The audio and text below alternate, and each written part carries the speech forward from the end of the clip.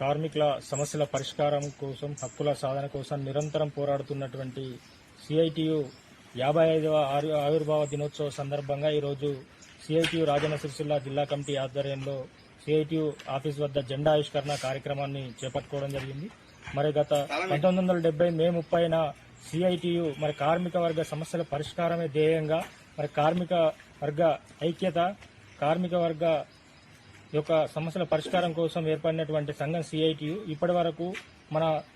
రాజన్న సిరిసిల్ల జిల్లాలో చూసుకున్నట్లయితే అన్ని రంగాల కార్మికుల సమస్యల పరిష్కారం కోసం నిరంతరం పోరాడుతున్నటువంటి సంఘం సిఐటియు. అటువంటి సంఘం రాబోయే రోజుల్లో కార్మిక వర్గ సమస్యల పరిష్కారం కోసం పెద్ద ఎత్తున పోరాటాలు నిర్వహించడం జరుగుతుందని చెప్పి తెలియజేస్తూ, ప్రస్తుతం కేంద్రంలో అధికారంలో ఉన్నటువంటి బీజేపీ ప్రభుత్వము కార్మిక వర్గం పోరాడి సాధించుకున్నటువంటి కార్మిక వ్యతిరేకంగా 4 లేబర్ కోడ్లను తీసుకొచ్చి కార్మికులను కట్టుబానిసల లెక్క చేసే విధంగా పెట్టుబడిదారులకు అనుకూలంగా ఈ చట్టాలను తీసుకొచ్చినటువంటి పరిస్థితి ఉంది. రాబోయే రోజుల్లో కార్మిక వర్గం అందరం కూడా పోరాడి మన హక్కుల సాధన కోసం ముందుకు రావాలని చెప్పి విజ్ఞప్తి చేస్తూ, ఈ రోజు సిఐటియు 55వ ఆవిర్భావ దినోత్సవ సందర్భంగా హైదరాబాద్లో సిఐటియు రాష్ట్ర నూతన కార్యాలయాన్ని కూడా ప్రారంభించుకోవడం జరుగుతుంది. ఇటు ప్రారంభానికి కూడా జిల్లా నుంచి కూడా